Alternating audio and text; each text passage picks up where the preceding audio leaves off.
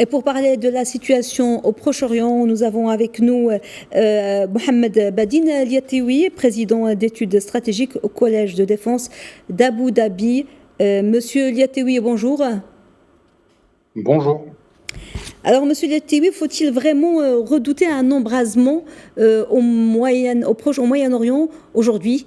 L'Iran promet à Israël, je cite, un châtiment sévère suite à l'assassinat du leader du Hamas. Quelle forme, à votre avis, ces représailles pourraient-elles prendre? Alors, le risque d'embrasement est réel puisque les Iraniens ont été touchés cette fois au sein même de leur territoire. On se souvient qu'il y avait une réponse iranienne à l'attaque israélienne contre le consulat iranien à Damas en Syrie.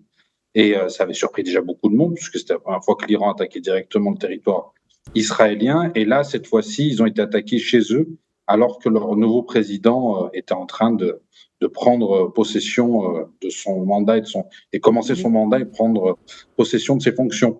Donc là, on est face à une situation qui est encore plus grave pour le régime iranien. Il y a des tensions en interne. Au Parlement iranien, certains députés en ont même parlé, en parlant d'humiliation, justement.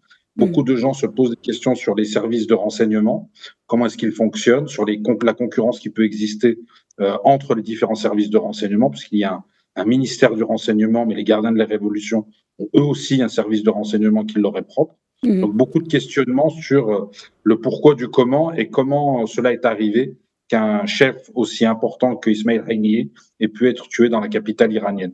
Donc le risque d'embrasement est vraiment réel. Alors, Netanyahou a déclaré qu'il fallait s'attendre à des jours difficiles et qu'il était prêt à faire face à tous les scénarios.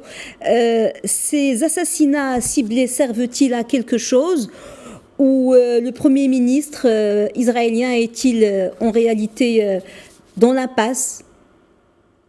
Le Premier ministre israélien est dans l'impasse depuis le 7 octobre, puisque en fait, il faut se souvenir qu'avant le 7 octobre, on a eu 18 mois de manifestations contre lui sur un tout autre sujet, c'était sur la question de la réforme judiciaire et de l'état de droit, et que depuis le 7 octobre, il y a des otages israéliens qui sont toujours entre les mains du Hamas, qu'ils n'arrivent pas à libérer en grand nombre, et on est 9 mois après, et cette situation-là affecte très fortement sa popularité à l'intérieur d'Israël. S'ajoute à cela le fait qu'il a annoncé vouloir décapiter le Hamas, donc il tente, bien sûr, via des assassinats ciblés comme celui d'Ismail Haniyeh, comme celui de Mohamed Deif et comme celui de nombreux autres membres des brigades de la branche militaire du Hamas qui ont été tués à Beyrouth, par exemple, ou ceux qui ont été tués à Gaza. Mais il sait que sur le terrain, malgré le fait d'avoir poussé au maximum la population civile palestinienne jusqu'au sud de la bande de Gaza, à la frontière égyptienne, la victoire stratégique est loin d'être là, et il y a des tensions au nord d'Israël, maintenant à la frontière libanaise. Donc il a besoin, si vous voulez, de continuer ce conflit de manière perpétuelle, quelque part, pour pouvoir se maintenir au pouvoir et aussi pour éviter les différents problèmes personnels qu'on va avoir.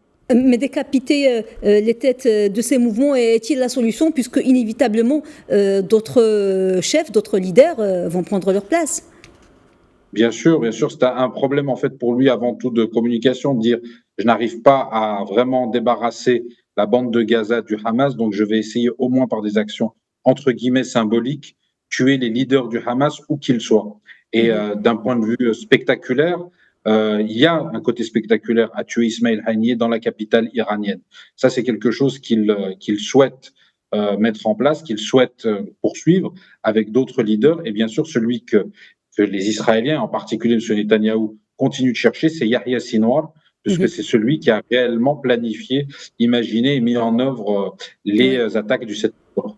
Donc le nettoyage n'est pas fini pour Israël. Donc, loin d'être fini. Loin d'être fini. Et le cabinet de guerre en a besoin. Alors, on vient de le voir, Anthony Blinken, le chef de la diplomatie américaine, appelle toutes les parties au Moyen-Orient à la désescalade. Pour cela, il faudrait déjà que les négociations entre Israël et le Hamas puissent reprendre, mais avec qui alors que maintenant les principaux chefs sont tués et que visiblement d'autres seront liquidés si Israël en a la possibilité.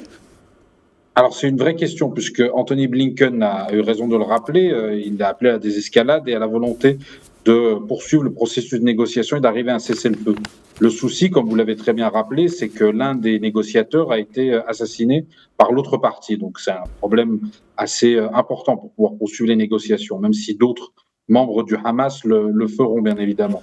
L'autre élément qui est important, c'est de voir que l'attaque n'a pas eu lieu, par exemple, à Doha, là où résidait depuis un certain nombre d'années M. Haniyeh, mais en Iran, un pays qui n'a aucune relation avec Israël et un pays qui est fortement, bien sûr, opposé à la politique israélienne. Donc la volonté aussi de maintenir le Qatar comme lieu de rencontre entre les autorités américaines, israéliennes et les membres du Hamas. Ça, c'était quelque chose d'important.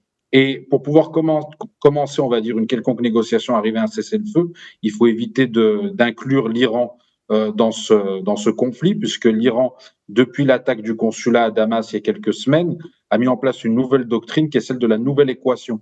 La doctrine de la nouvelle équation dit, selon les Iraniens, et celui qui l'a inventé, Mohamed Hossein Bakri, un haut gradé de l'armée iranienne, si nous sommes attaqués, nous répondrons. Et s'ils répondent, vous, vous doutez bien que la fenêtre de tir est là évidente pour Netanyahou pour continuer, bien évidemment, à attaquer les intérêts iraniens où que ce soit. Les Iraniens vont attaquer les intérêts israéliens à l'intérieur d'Israël et à l'extérieur d'Israël.